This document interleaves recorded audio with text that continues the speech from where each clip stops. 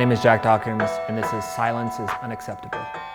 The origin of the song was a homework assignment for this freestyle class that I do. And the topic was like, write about something you hate. And something I was super intentional about when I started this whole music journey, but particularly stepping into rap and hip hop, was to always really try to stay on the side of positivity and not use my lyrics to denigrate or tear anyone down. So when I was asked to write about something I hate, I was like, well, fuck, how do I flip that on its head? So what I ended up doing is writing about hate in a hateful way. So hopefully it's like a double negative. But I was just thinking, like, I hate the way the word bitch is used. And I understand it can be an empowering word for a lot of people. A lot of people use it in a way that feels good to them.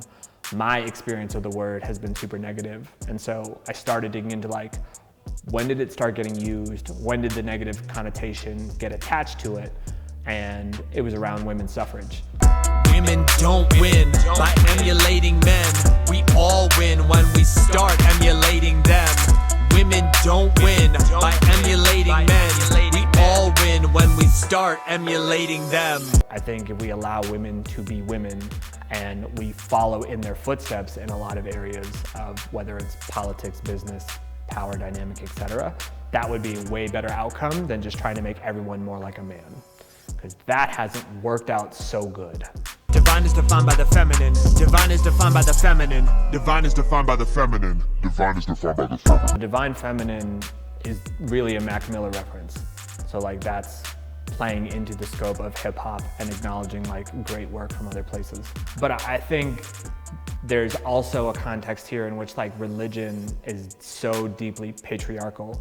But if you look at many other representations of religion or what it means to be godly or connected to God, it is actually a feminine energy that is way more deeply rooted and connected to that than the masculine urge to kill, maim, and destroy.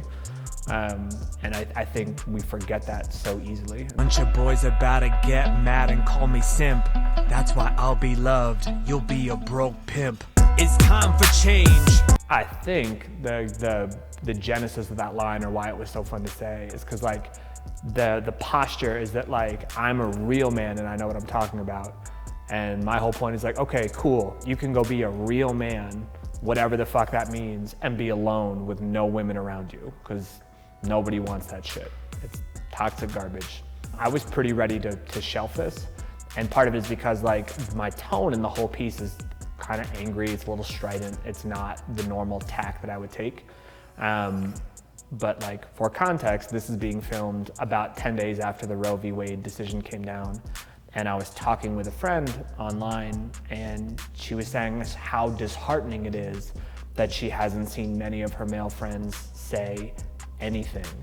And I'll confess that for the first week, like I also didn't say anything. And I was spiraling between like, I'm so angry at the political system that allowed this to happen. I'm so angry at the people celebrating. I feel so bad for these women. And like, it just becomes this like swamp of all of these mixed emotions, and the output ended up being nothing.